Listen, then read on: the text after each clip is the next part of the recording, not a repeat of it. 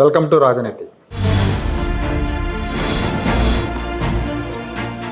కూటమి ప్రభుత్వం అధికారంలోకి వచ్చిన తర్వాత వైసీపీ హయాంలో అడ్డగోలుగా మేళ్లు పొందిన కంపెనీలు, అక్రమాలకు పాల్పడిన కంపెనీలు, కాంట్రాక్ట్ సంస్థల మీద చర్యలు తీసుకుంటారని అందరూ ఆశించారు.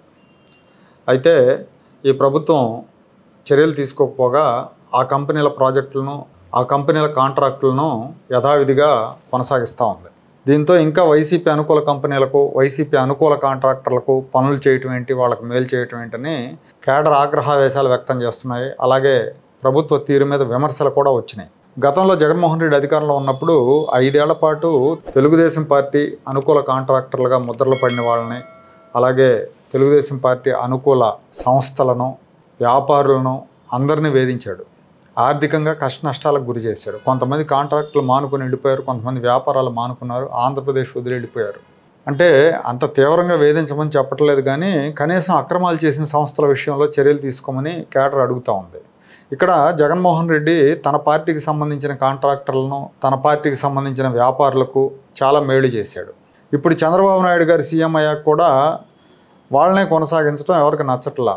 తెలుగుదేశం పార్టీ అనుకూల కాంట్రాక్టర్లు ఉంటారు, వ్యాపార సంస్థలు ఉంటాయి, వాళ్ళని ఎంకరేజ్ చేయొచ్చు కదా అని చెప్పి అడుగుతున్నారు. వాళ్ళకి మైనింగ్ ఇవ్వచ్చు కదా అని అడుగుతున్నారు. మైనింగ్ కాంట్రాక్టులు వాళ్ళే ఉన్నారు, సేనరేజ్ వసూళ్లు వాళ్ళే చేస్తున్నారు. అవన్నీ కొనసాగుతూ ఉన్నాయి.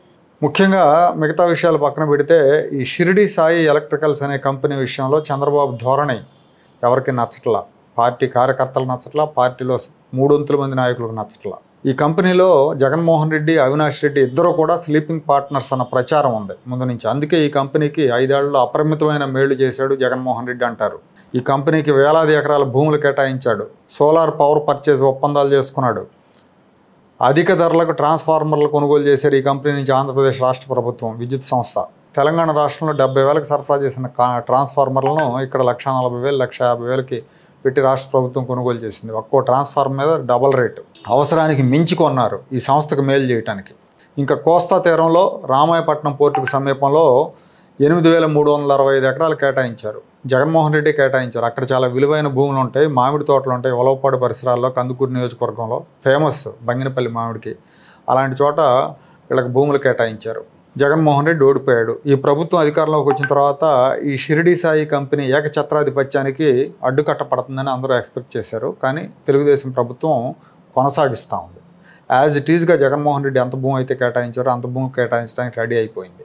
దీన్ని కొనసాగించడం వెనక ఈ కంపెనీతో అధికార పార్టీ పెద్దలు కొంతమంది విదేశాల్లో ఒప్పందాలు కుదుర్చుకున్నారన్న ప్రచారం జరుగుతూ ఉంది. ఈ నేపథ్యంలో నిన్న జరిగిన క్యాబినెట్లో రామాయపట్నం దగ్గర 8,300 ఎకరాలు షిరిడి సాయికి కేటాయించడం మీద కొంతమంది మంత్రులు అభ్యంతరం చెప్పినట్టు వార్తలు వచ్చినాయి మీడియాలో. షిరిడి సాయి లాంటి సంస్థకు ఇంత పెద్ద ఎత్తున విలువైన భూములు కేటాయిస్తే రాంగ్ సిగ్నల్స్ వెళ్తాయని చెప్పి మంత్రులు అభ్యంతరం వ్యక్తం చేస్తే చంద్రబాబు నాయుడు గారు కొట్టిపారేశారంట. కేడర్లో వ్యతిరేకత వస్తుందని వాళ్ళు హెచ్చరించారు. అయితే పెట్టుబడులు పెట్టే వాళ్ళ విషయంలో పార్టీలు చూడటం సబబు కాదు, వాళ్ళు నియమ నిబంధనలు పాటిస్తున్నారా లేదా అనేది చూసుకుంటే చాలని చంద్రబాబు గారు చెప్పినట్టు పత్రికల్లో వార్తలు వచ్చినాయి. ఇలాంటి వైఖరి, ఇలాంటి మాటలే పార్టీ పుట్టుముంచుతాయి. ఎందుకంటే గత 5 ఏళ్లుగా అడ్డగోలుగా అరాచకాలు చేసిన వాళ్ళనే మళ్ళీ కొనసాగిస్తాం మేము, వాళ్ళని రద్దు చేస్తే రాష్ట్రంలో పారిశ్రామిక వాతావరణం, వ్యాపార వాతావరణం దెబ్బతింటుంది అనే కబుర్లు సరైనవి కాదు. అక్రమాలు చేసిన వాళ్ళని శిక్షించాల్సిందే, మంచి కంపెనీలను ప్రోత్సహించాల్సిందే. కానీ వాళ్ళతో ఒప్పందాలు కుదుర్చుకున్నారనో లేదంటే ఇంకో సాగుతోనో వీటిని కొనసాగిస్తూ పోతే ప్రజల్లో వ్యతిరేకత వస్తుంది, ప్రజల మీద భారం కూడా పడుతుంది. యాక్చువల్గా ఆ 5 ఏళ్ళు జగన్మోహన్ రెడ్డి తొక్కేసి తన మనుషులను పైకి లేపుకుంటే మళ్ళీ ఈ 5 ఏళ్ళు కూడా వాళ్ళనే కొనసాగిస్తూ ఉంటే మా పరిస్థితి ఏంటని తెలుగుదేశం పార్టీ అనుకూల కాంట్రాక్టర్లు, వ్యాపారులు ప్రశ్నిస్తూ ఉన్నారు. అక్రమాలకు పాల్పడిన సంస్థల మీద విచారణలు జరపకుండా వాళ్ళకి అన్ని ప్రోత్సాహకాలు ఇవ్వటం దేనికి సంకేతం అని కేడర్ ప్రశ్నిస్తే ఆ ప్రశ్నకు నాయకత్వం దగ్గర సమాధానం ఉండదు.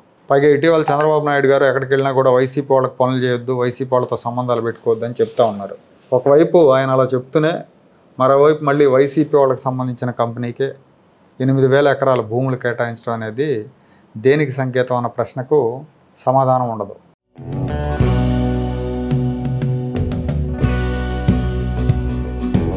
Like, share and subscribe to Rajaniti channel.